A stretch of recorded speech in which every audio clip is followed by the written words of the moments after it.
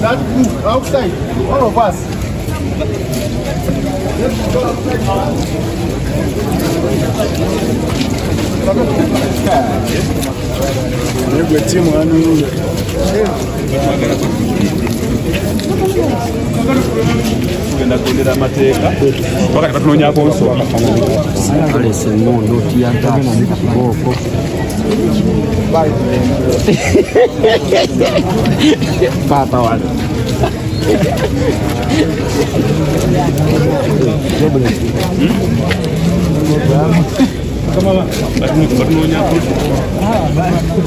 Let's move. Get outside one night.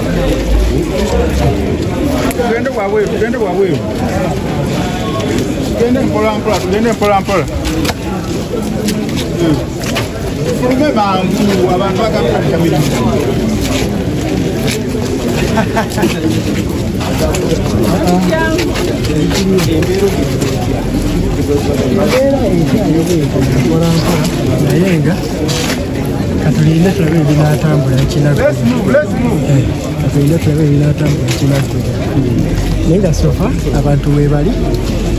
ne aliyeni yennyini alabiddwako yatuusedde so katulabe ekina kubeera kuba kigwera munda wali oli musajja asinga okukola analysis otuuli aliyeni embeera eri ku punti nga n'abayimbi tulaba tewaliwo actually sinabalawo kitegeeza ki ebyamayimbi aliyeni tabadde nnyo muntu wakuŋŋaana era kimanyikiddwa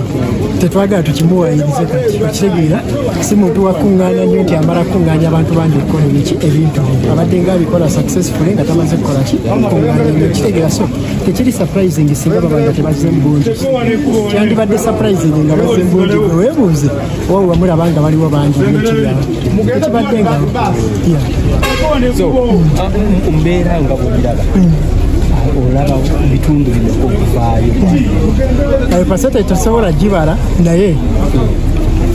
esuubiwa eriri eryokuba ng'akola ki ng'afuluma kubanga si kya bulijjo nti omuntu amala gafuna production warranty n'akola ki yokuba nti ezze kiba kiraga nti asobola okuba ng'akola ki asobola okuba ng'afuluma kitegeeza kati fe kye tulina okukola kwe kutunuulira amateeka gaffe ne prosesi yayo nga bw'erina okutambula then mbadde njogerako n'abantu nina omwalagonda gavudde 40 ng'alina endagamuntu ne sente omulala avudde saidi zeeri erikyengera sente weezirire n'endagamuntu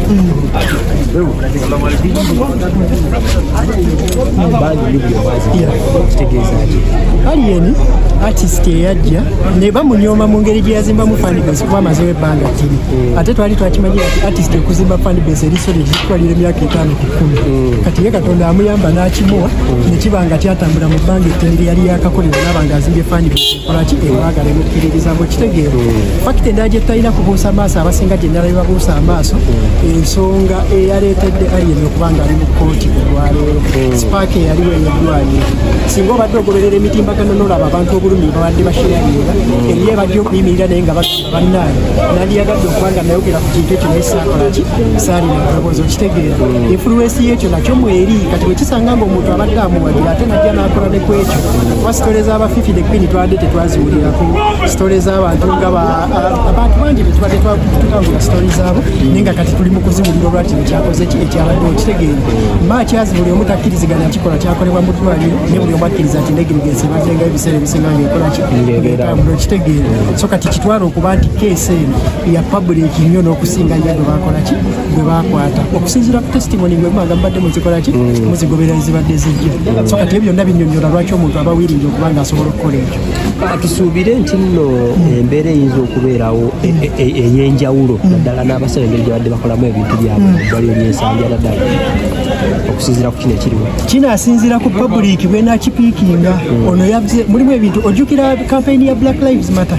abaddugavu balinga battibwa ebyaddala ne kati ono yattibwa kamera ensi yonna neekolaki neeraba kati abasigadde ne baliyakitinga polisi zisobola okukyukamuukawo n'ebintu ebirala ebikolaki ebiringa ebyo kitegeero kati olwaleero kino kikulaga nti abantu babaddenga n'obulumi naye nga tebannafunayo ddoboozi lya waggulu lisobola kukolaki kukyogerako kati neesinziira eri batutwala n'aba medical council nga bo okwebuuza lwaki lwaki bwe kyatuuse ng'abantu ba protesting against abasawo eri abakiwagidde era n'obujulizi ne bujja bungi ffe nga medical council tubadde nga wanga bino bibaawo era tusobola kutereeza tutya okwewala bino kubanga olwaleero aliyeni asobola okuteeba oba obutateebwa naye ku bantu kye balaze n'obulumi bwe babadde balina mu malwaliro kitegeeza spark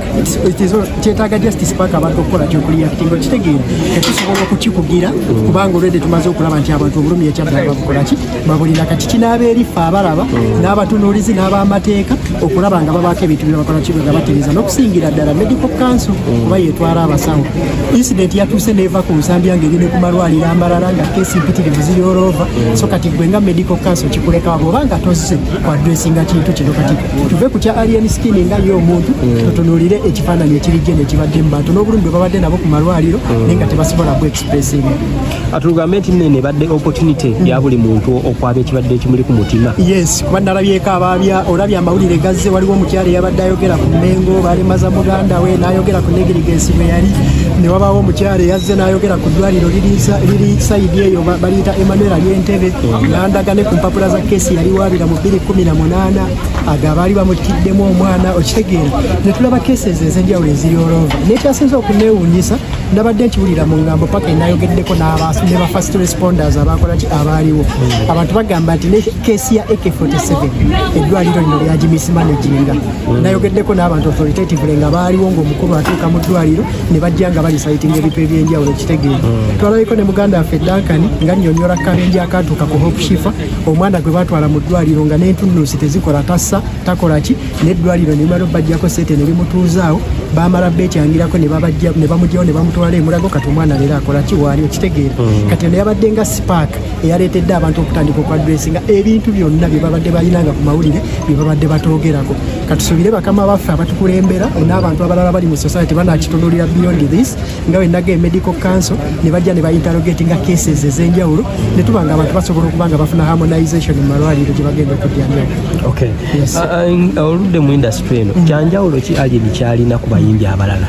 kyoyinza okulaba aliyeni ekyenjawulo kyalina ku bayimbi abalala artist yenna talent ye contributing 10% ate naye kibagamba tebawulira ebisigadde bicontributing ba factors endala nga branding positioning yo okitegeera kati alien yakwata music we n'amuteekako character ali mu position za bintu bingi alien skin ojja musanga ne babayika nga bakyalibe kuba identifyinga nabo omusange ne baghetto youth nga bakyalibe kuba identifyinga nabo okitegeera omusange n'abeebikonde nga bakyalibe kuba identifyinga nabo kati ezo fani besi zonna ozikuŋŋaanya muyinza n'okuba mubaddemu oli nga tawagira music naye najja n'awagira music olwaki olwa alien kati ate nabwe bamuyitamu activities zaabo ez'emmotoka bikonde ate naye n'akolaki n'agenda okitegeera kati omukwano gwe gwalaga ebintu tabyetimbako bwetimbiitimpagira kino oba nkolaki abibeeramu n'abeera involved ebyaddala kati karakita yekuyambako okuzimba brand ey'amaanyi enzigumivu omuntu gy'atunulira beyond music nti olwaleero bw'abanga tali mu music osobola omwekanga ng'ali ku mmotoka za mpaka bw'abanga tali mu kuyimba osobola omwekanga ng'awerekedde musajja we magumba ku bikonde bw'abanga tali mu kuyimba osobola omwekanga ng'ali mu ziggete eyo just bakubamu kibozi okitegeera kati karakita ye gye yazimba eri all over nti abantu bangi abamuwagira nga bandibadde tebawagira na music we naye olwa karakita n'ebirala byagattako byakola ki bya positioningiramu okitegeera kati ekyebuuzibwa gwe omuyimbi omulala ali eyo kyekirala kyo identifyinga nakyo okugyako endongo nti bw'obanga toli mu ndongo kaseera ako kyekirala kyoba okolakola eyo ebbali omuntu kyaba asobola okutunulira n'agamba nti bano osobola okwidentifyinga naye mu ngeri bwetibebweti ekyo ekyenjawulo kyalina nga tumaliriza saga eno bwevaawo aliyeni omusuubira kudda waggulu oba kukkirira kyesinga okukakasa ajja kwambuka tweyanziza